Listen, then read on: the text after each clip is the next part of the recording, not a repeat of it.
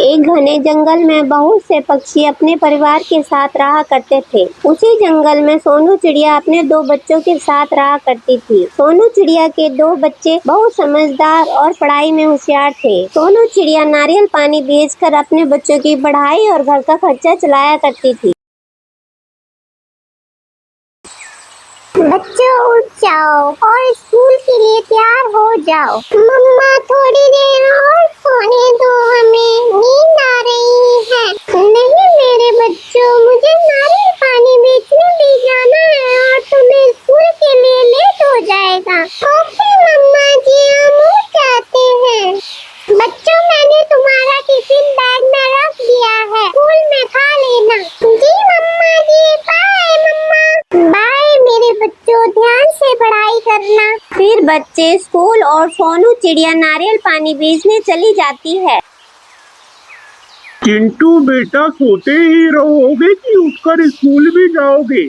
क्या पापा, आप सुबह परेशान करने लग जाते हैं, सोने दो मुझे। रानी, तुमने ही चिंटू को बिगाड़ के रखा हुआ है, जो स्कूल नहीं जाता, पूरा दिन शरारत करता रहता है। ए जी, क्या कह रहे हो? मेरा बेटा तो बहुत ही सुधरा हुआ है, आप तो उसे ऐसे ही बदनाम करते रहते हो। मेरे बच्चे को सोने दो, उसे स्कूल जाकर क्या करना है? सभी के बच्चे सुबह सुबह उठकर स्कूल चले गए और ये देखो सो रहा है। चलो उठो, नहीं तो पिटाई हो जाएगी। जल्दी उठकर स्कूल जाओ। चलो चिंटू बेटा, उठ जाओ, तुम्हारे पापा बोल रहे हैं तो स्कूल चले जाओ।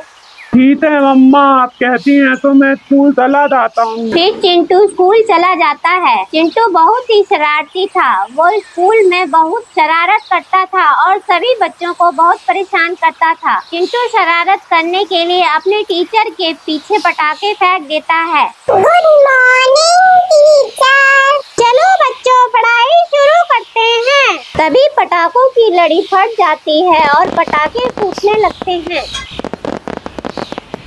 ये किसकी शरारत है? सामने आ जाओ। मैडम जी, हमने तो कुछ नहीं किया, हमें नहीं पता। टीचर समझ जाती है कि ये शरारत चिंटू की है। वो चिंटू को बुलाती है। चिंटू, ये तुम्हारी शरारत है ना?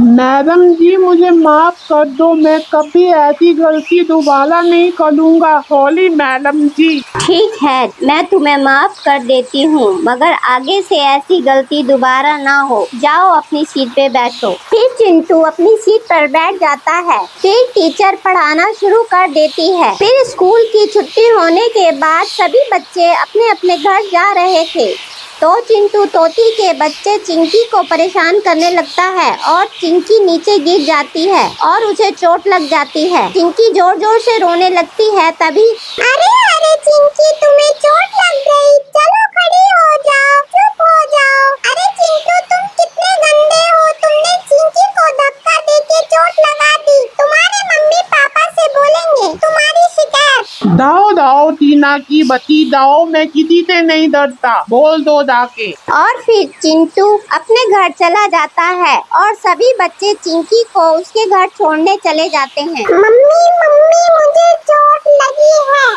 चिंकी बेटा, तुम्हें चोट कैसे लगी? मम्मी, चिंटू ने मुझे स्कूल से आते समय धक्का देके गिरा दिया। इस चिंटू की शरारतें तो बढ़ती ही जा रही हैं। चलो बेटा, चिंटू के घर जाके उसकी मम्मी को उसकी करतूत बताते हैं। फिर तोती और सभी बच्चे चिंटू के घर पहुंचते हैं। रानी ओ रानी, जरा देखो अपने बेटे की करतूत। मेरी बच्ची को धक्का देकर गिरा दिया। क्या हुआ तोती, तुम चिल्ला क्यों रही हो? मेरा चिंटू बेटा बहुत समझदार है, वो ऐसे किसी को कुछ नहीं कहता। तुम्हारी ही बेटी ने कुछ शरारत की होगी। रानी, तुम अपने चिंटू को समझाने की वजह हमें ही उल्टा बोल रही हो। देखना, तुम्हें एक दिन चिंटू की शरारतों की वजह से तुम्हें पछताना पड़ेगा। हाँ हाँ ठीक है, जाओ यहाँ से। अपने बच्चों को तो देखते नहीं है, मेरे चिंटू को देखकर जलते रहते हैं। फिर सभी अपने अपने घर चले जाते हैं। आओ चिंकी बेटा, तुम्हारी चोट पर दवा लगा देती हूँ, इससे तुम्हारी चोट जल्दी ठीक हो जाएगी।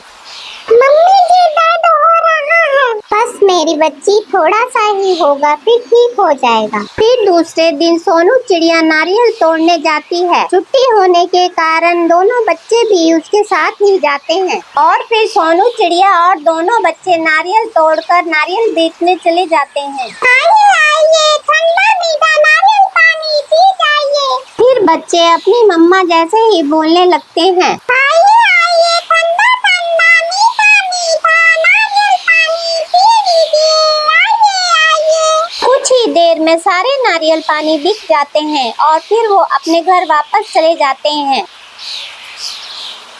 मम्मा जी हमारे पास कितने सारे पैसे जमा हो गए हैं। हाँ मेरे बच्चों, ये जो पैसे मैंने जमा किए हैं ये तुम्हारी पढ़ाई लिखाई के काम आएंगे। मम्मा जी आप कितने अच्छे हो, आप अपने लिए कुछ नहीं लाती, बस हमारे भविष्य की ही चिंता करती रहती हो। ठीक है बच्चों, अब तुम खाना खाकर सो जाओ, सुबह तुम्हें स्कूल भी जाना है। ठीक है मम्मा जी। फिर दूसरे दिन सभी बच्चे स्कूल जा रहे होते हैं तो चिंटू के दिमाग में शरारत सूझती है और वो कबूतर के बच्चे मोनू को दलदल में धक्का देने लगता है, मगर गलती से उस दलदल में चिंटू खुद ही गिर जाता है। चिंटू जोर जोर से चिल्लाने लगता है, बचाओ बचाओ, मैं दलदल में दस रहा हूँ, मुझे कोई बचाओ।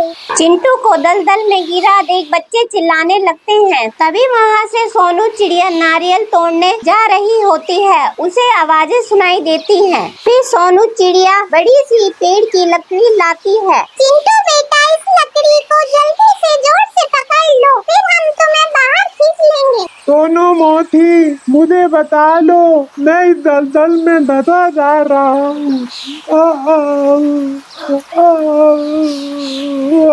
फिर सोनू चिड़िया और सभी बच्चे चिंटू को बाहर खींच लेते हैं और तभी सभी पक्षी वहाँ पहुँच जाते हैं। अरे मेरे बेटे चिंटू, तुम इस दलदल में कैसे गिर गए थे? मम्मा जी मुझे माफ कर दो, मेरी शरारत की वजह से मैं इस दलदल में गिर गया था। मम्मा मुझे माफ कर दो। माफ कर दीजिए मुझे सभी, मैं अपने चिंटू की गलतियों की वजह से और शरारतों की वजह से मैं बहुत शर्मिंदा हूँ। मुझे माफ कर दीजिए और मेरे बेटे को भी। और फिर सभी उनसे माफ कर देते हैं। सोनू चिड़िया, मैं तुम्हारा ये एहसान कभी नहीं भूलूंगी। तुमने मेरे बेटे चिंटू की जान बचाई है, मैं तुम्हारा धन्यवाद करती हूँ। कोई बात नहीं रानी, कोई वो हमारा भी बच्चा ही है। तुम भगवान का शुक्र मनाओ और भगवान को धन्यवाद करो कि तुम्हारे बच्चे की जान बचा ली। और फिर सभी अपने अपने घर चले जाते हैं और खुशी से रहने लगते हैं।